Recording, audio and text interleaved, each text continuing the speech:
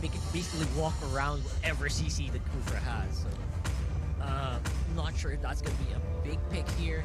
Although I'm still confident that we are at least going to see a Claude, maybe.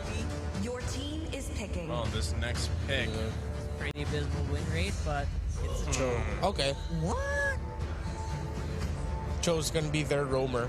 By the way, 4 physical damage from Brent so far, except for the few, which again I expect him to be more of a setter. What if it's the Kadita? I would be flabbergasted with a Kadita pick. Where's the Julian gonna go? Yeah, that's what I was thinking. Jungle Julian and XP. Well, that's the thing. Like we're not 100% sure just yet, right? So, ONIC Philippines, their last 2 picks, even with this first phase of themselves, they're already set up pretty good. I'm wondering what they want to play into the Dairoth specifically. Obviously that discourages a pick for Esmeralda. You also don't want to pick. Alright, that sounds familiar. That sounds like not Yuri. No, that's Bob. Oh. Okay. Benedetta bomber. Good matchup. Benedetta against Benedetta against a Dairoth. Dairoth is pretty good. Lots of outplay potential, obviously, from the Benedetta. Yeah, and then now you have a presence that BREN eSports will really need to tend to in terms of clearing the side lanes. For too long. BREN eSports, I think that's an Aerith that they picked up, if I'm not mistaken. Oh no, it's a carry. Carry. Wait. Okay. All right, BREN's going for broke here. I mean, these are the heroes that you want to use to deal with the Brock. It's an OG. It's an OG counters actually, and can actually kite the Balrog pretty well. Yep. Consider. Although it is very vulnerable to a Valentina. If you guys didn't watch game 1, I suggest you kind of press a replay bit and watch that, and you can see the amount of damage that Super Friends can inflict, especially if you blink for a second. So it'll be very interesting if whether or not BREN can push to a game 2. Honestly, it sounds like an uphill battle still. This this carry feels like a Hail Mary for me, you know? Yeah, I mean, carry being locked in here. So I completely forgot that we're going to have few on this, most likely the Julian, right? I was still thinking mages, what they could pull for the mage, but they... And here's the thing, too. We've actually seen a couple of mages get placed in the gold lane here and there, but I don't think that's in the repertoire of Super Marco. But still, the carry pick, I feel like they could struggle, but if they get that early kill, the early gold, those early items, then carry's going to shred. Yeah, I said the same thing yesterday for NXP and Black. Yeah, or pull something out of the hive. Well, what do you pull out of the hive? Honey. Honey. Some sweetness. A victory. That is interesting. Yeah, I got nothing. Sorry, nice. Well, you pull hive out. You pull honey out of the hive, and now it looks like already. We gotta remember too. We gotta backtrack from the time travel. We are just in the game. I was thinking we had already been into the game, but again, this is the very start of game 2. Yeah. Again, thank you everybody for waiting patiently with us as they figured those things out for the players to be in the best environment possible for this game too. As we said too, it's crucial at this point in the regular season. Yeah, I mean, every small thing counts. Like, I think the quality air to breathe, if he drops 1%, you know, it's a big deal. Yeah. That's how seriously we take our player equality here, you know. Yes. Best conditions as much as possible. Yeah, a lot of people working hard behind the scenes, and right now you see ONIC and BREN working hard to set the tempo right now early on in this matchup. Interesting thing to note here for Der, the XP leader of ONIC PH, is rocking a Benedetta with an execute, rocking Festival of Blood.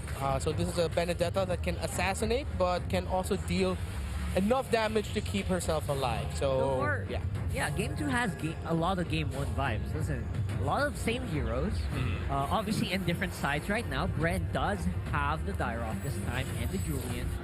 And on the other side, obviously, Rapido is still pretty much adamant to make this Grok his main. Yeah.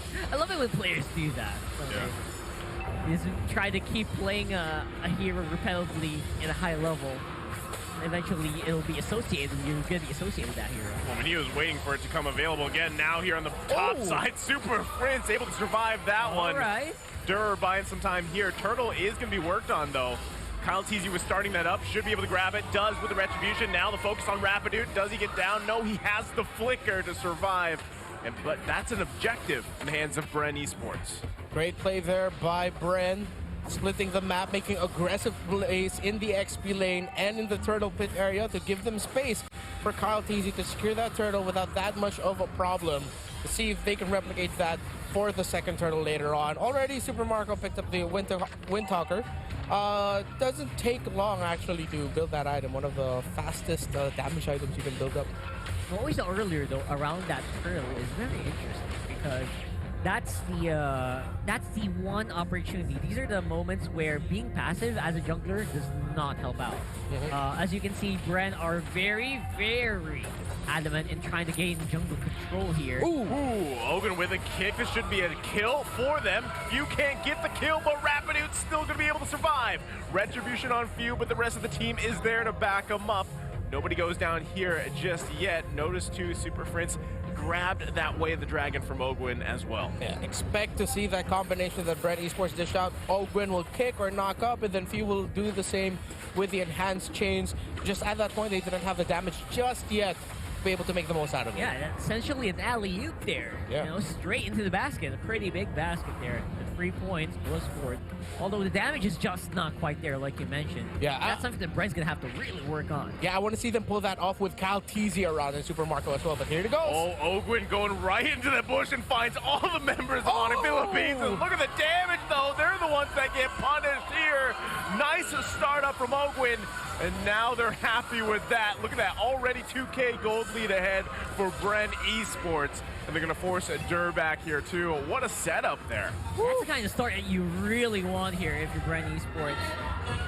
And again, all of that just happening almost in the blink of an eye. I love that, and we are going to have to wait and hold out for a little bit. And then to be able to put pressure around the map just by splitting the map, forcing things around here. But that's the thing, right? Can Pandora stop that? That's going to be his kind of assignment throughout the game. But BREN eSports, it is a 3.6K gold lead that they already have 4 minutes in the game. This is going to be another turtle in their hands here. This is what I'm talking about. Ogwin's presence in this game, you can feel it a lot more than the previous one. Yeah, because he's not always forced to like clear a top lane, you know? That's a big difference between a roam show and an XP lane show. Yeah, interesting how Pandora's playing this right now. Really just sticking to lane. Doing what he can to clear the waste as much as possible. Knowing that it seems like Dare is the one rotating out of lane a little bit quicker. Pandora is just playing the XP lane really well. He's clearly winning that, and that's going to come big for BREN eSports once the next major objective spawns to where Pandora is, or in the next few minutes, maybe at around minute 7 or minute 8, we might see a big play courtesy of Pandora. Again, all of these just adding up right now. The presence of BREN in these forward bushes are actually enabling them to just really keep control, especially around this mid lane. Although, again, Super Prince is still a very good big threat, and Rapidoot is still a very big threat. I mean, BREN's always gonna see them coming.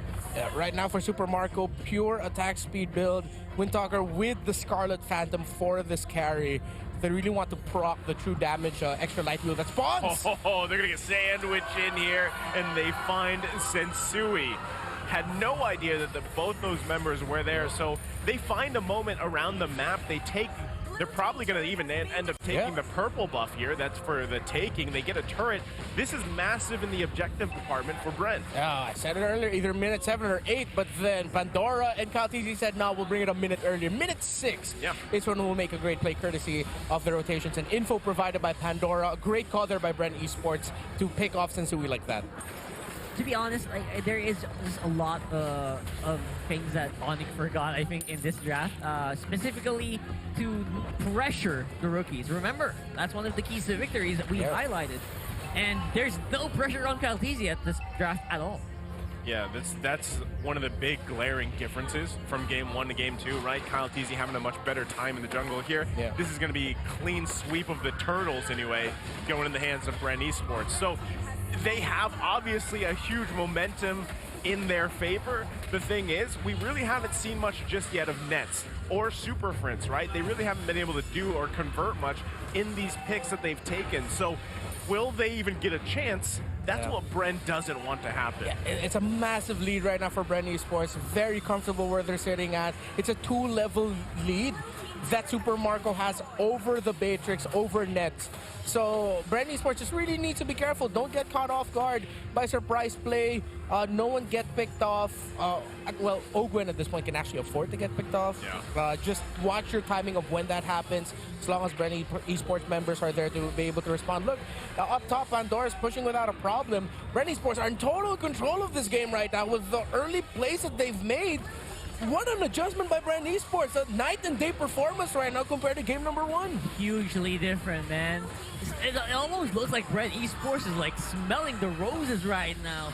Just taking it in, just slowly and methodically, just taking every objective on the map from on. I mean, I don't know what it was, right? The difference between game 1 and game 2, but 8 minutes in, they've got an 8K gold lead, which is massive at this point.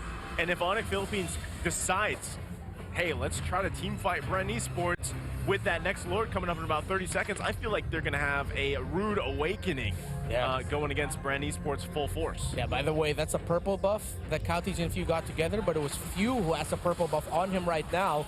It's going to be easier for him to dish out his combinations with enhanced chains, swords, and everything in between. Again, I actually did not catch the build of Few here. I think he's going pretty much a normal way. Yeah, this damage. Yeah, he built Julian. concentrated energy and Genius Swan. Yeah. So you get that massive damage output from the enhanced chains, and you can throw in that enhanced scythe if possible. Yeah, a lot of survivability as well. He'll get a good amount of magic lifesteal. Oh, Pandora, this is going to be bad for him. Okay, they spot that out. That gives them the go signal already for the Lord, though. Yeah. That's exactly what BREN eSports wanted. So ONIC Philippines trying to make a desperate play on the bottom side. Does not happen.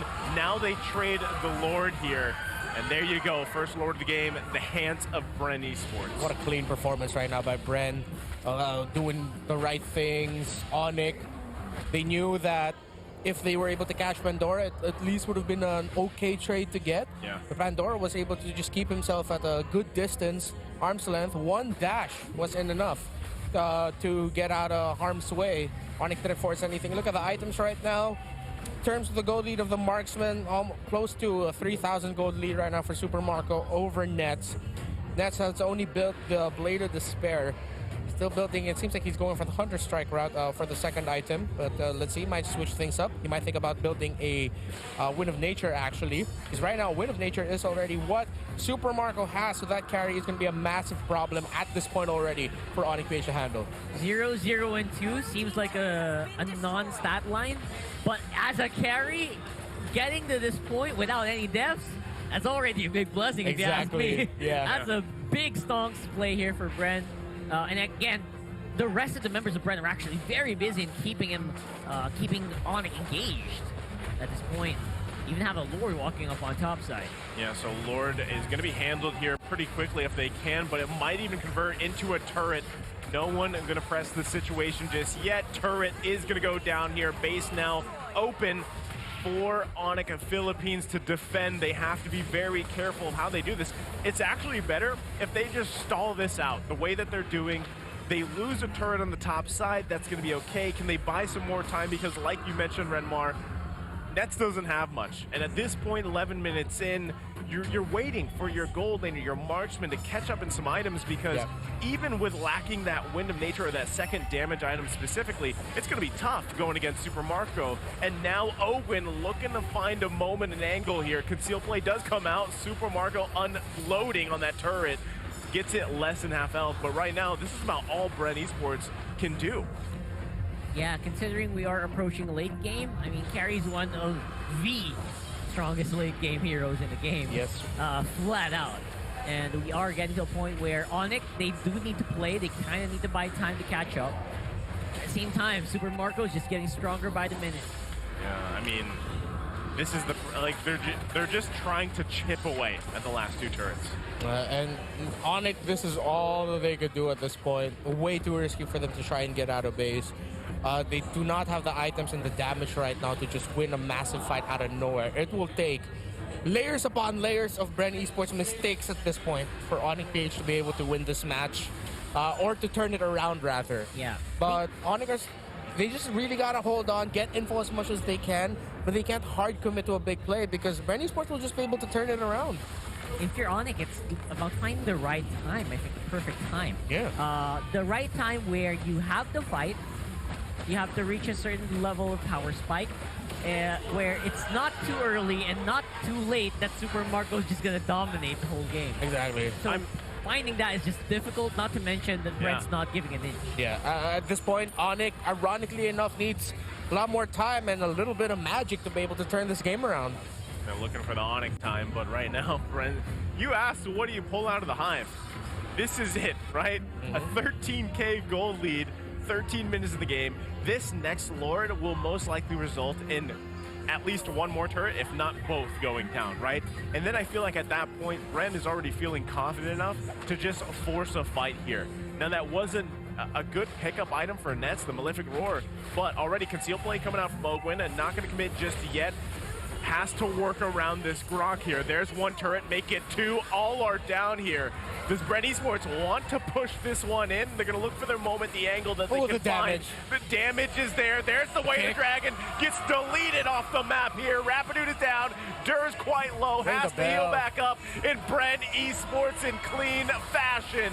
Working on the crystal, and they take us to game 3.